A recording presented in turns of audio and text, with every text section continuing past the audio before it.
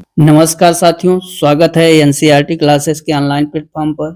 मित्रों, जैसा कि आज जो प्रश्न है, इसमें बहुत से हमारे विद्यार्थी कंफ्यूज रहते हैं।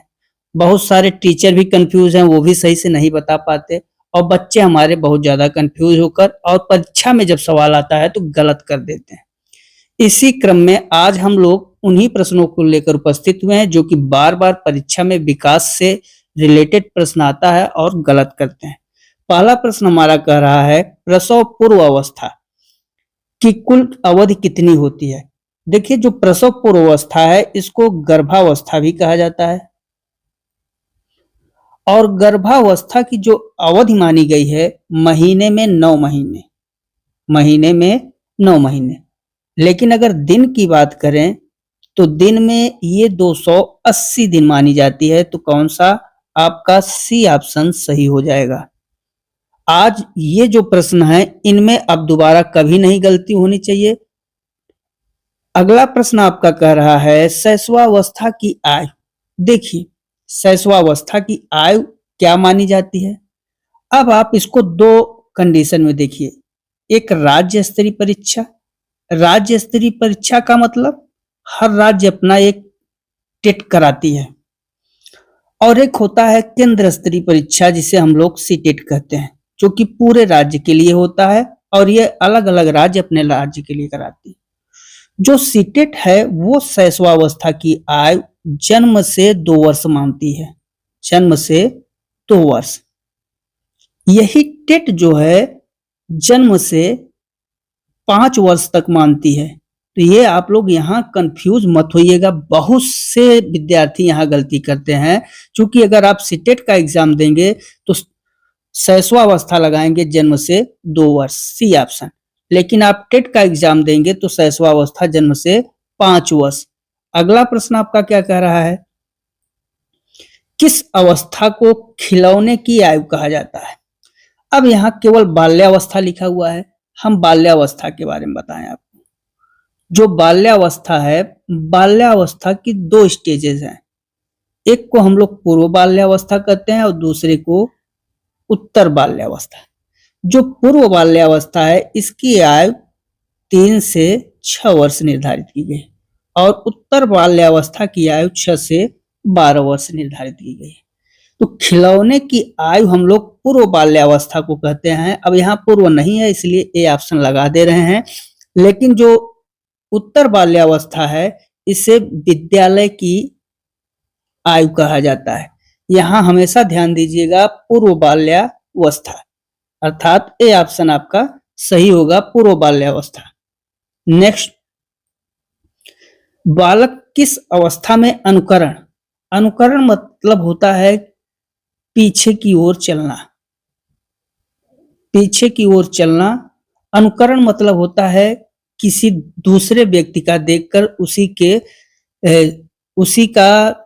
उसी के पीछे चलना, या उसी को हम एक और सकते हैं नकल करना। अब देखिए, ये नकल करना बच्चा किस अवस्था में करता है? तो वो अवस्था आपकी कौन सी है? शैशवावस्था। अगला प्रश्न आपका क्या है, तार्किक चिंतन, लॉजिकल थिंकिंग की अवस्था कौन सी होती है? जो बच्चा लॉजिकल थिंकिंग तार्किक कंडीशन में होता है वो अवस्था आपकी कौन सी मानी जाती है? बाल्यावस्था, 6 से 12 वर्ष। अब यहाँ कंफर्म है 6 से 12 वर्ष, और 6 से 12 वर्ष को हम क्या कहते हैं? उत्तर बाल्यावस्था। तो अगर बाल्यावस्था है तो आप बी टिक लगा दीजिए, लेकिन उत्तर बाल्यावस्था है तो आप उत्तर को ही लगाइएगा। अगला, किस अवस्था को अतार्किक चिंतन, अतार्किक चिंतन किस अवस्था को कहा जाता है? तो यहाँ बच्चा संवेगों के माध्यम से जहां सीखता है उसे हम लोग उस अवस्था को सोचने समझने की अतार्किक सोच नहीं होती और वो अवस्था शैशवावस्था कहलाती है। क्योंकि बच्चा यहाँ संवेगों के माध्यम से, नाक कान आंख के माध्यम से सीखता है, इसलिए यहाँ अतार्किक चिंतन की अवस्था भी इसको कहते हैं। कौन सा? आपका सी ऑप्शन सही हो जाएगा। अगला, स्मार्ट एज या स्फूर्ति की अवस्था किसे कहा जाता है? जो स्मार्ट एज या स्फूर्ति की अवस्था है वो 6 से 12 वर्ष की आयु में होता है, और 6 से 12 वर्ष की जो आयु है क्या है? उत्तर बाल्यावस्था या बाल्यावस्था, सी ऑप्शन आपका सही हो जाएगा। जीवन का सबसे कठिन काल, जीवन का सबसे कठिन काल हम लोग किसे कहते हैं? किशोरावस्था को। और किशोरावस्था का जो समय है 13 वर्ष या 12 वर्ष से 18 वर्ष के बीच के समय को हम लोग किशोरावस्था कहते हैं। कौन सा? सी ऑप्शन आपका सही हो जाएगा। आज देखिए जहां ये सब प्रश्न आते हैं और कंफ्यूजन बना रहता है, उस कंफ्यूजन को हम लोग दूर कर रहे हैं। नेक्स्ट, टोली समूह गैंग, कितना अच्छा सवाल है। टोली समूह गैंग किस अवस्था की विशेषताएं हैं? तो टोली समूह गैंग बाल्यावस्था की विशेषताएं हैं। आपका बी ऑप्शन सही होगा। अगला प्रश्न कह रहा है किस अवस्था में अमूर्त चिंतन, अब्स्ट्रैक्ट थिंकिंग। देखिए जब बच्चा पढ़ता है 12 से 18 वर्ष के बीच, तो वो क्या करता है? किसी भी वस्तु को बिना देखे उसके बारे में कल्पना करता है, उसके बारे में सोचता है, और उसी सोच को कहा जाता है क्या? अमूर्त चिंतन। और ये किशोरावस्था में प्रारंभ होती है, अर्थात सी ऑप्शन आपका सही होगा। नेक्स्ट, वीर पूजा। वीर पूजा किसे कहा जाता है? किस अवस्था में ये भावना प्रबल होती है? वीर पूजा होती है 12 से 18 के एज में, किशोरावस्था में। वीर पूजा है क्या? वीर पूजा उसे कहते हैं कि बालक किसी अपने ही समूह के इंसान को, उसके बारे में, अब वो इंसान समूह का भी हो सकता है और समूह के बाहर, जैसे विवेकानंद हो गए या कोई हीरो हो गए, कोई भी हो, उसको अपना आदर्श मानता है और उस आदर्श के कहे हुए वचन या उनके अनुसार कार्य करने लगता है, और ये भावना कब प्रबल होती है? किशोरावस्था में। अगला आपका, किशोरावस्था की आयु सीमा क्या है? देखिए जो किशोरावस्था की आयु सीमा निर्धारित की गई है 12-13 वर्ष से 18 वर्ष के बीच, अर्थात बी ऑप्शन आपका सही हो जाएगा। अगला प्रश्न, बालक में संग्रहण की प्रवृत्ति किस अवस्था में विकसित होती है? तो संग्रहण की प्रवृत्ति है वो आपकी बाल्यावस्था, सी ऑप्शन सही होगा।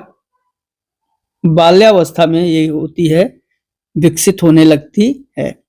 नेक्स्ट, किस अवस्था को स्वर्ण काल, स्वर्ण काल कहा जाता है? और स्वर्ण काल हम लोग कहते हैं किशोरावस्था को। स्वर्ण काल किसे कहेंगे? वो आपका किशोरावस्था है। अगला प्रश्न, अगला है संघर्ष, तनाव, आंधी, तूफान, उलझन की अवस्था किसे कहा जाता है? अब देखिए 12 से 18 वर्ष की जो एज है, अब इस एज में बच्चा क्या करता है? उसे संघर्ष भी करना पड़ता है, पढ़ाई, तनाव भी है उसके पास कैरियर से रिलेटेड, आंधी, तूफान, उलझन। इसलिए जो ए ऑप्शन है, किशोरावस्था को संघर्ष, तनाव, आंधी, तूफान और उलझन की अवस्था कहा जाता है।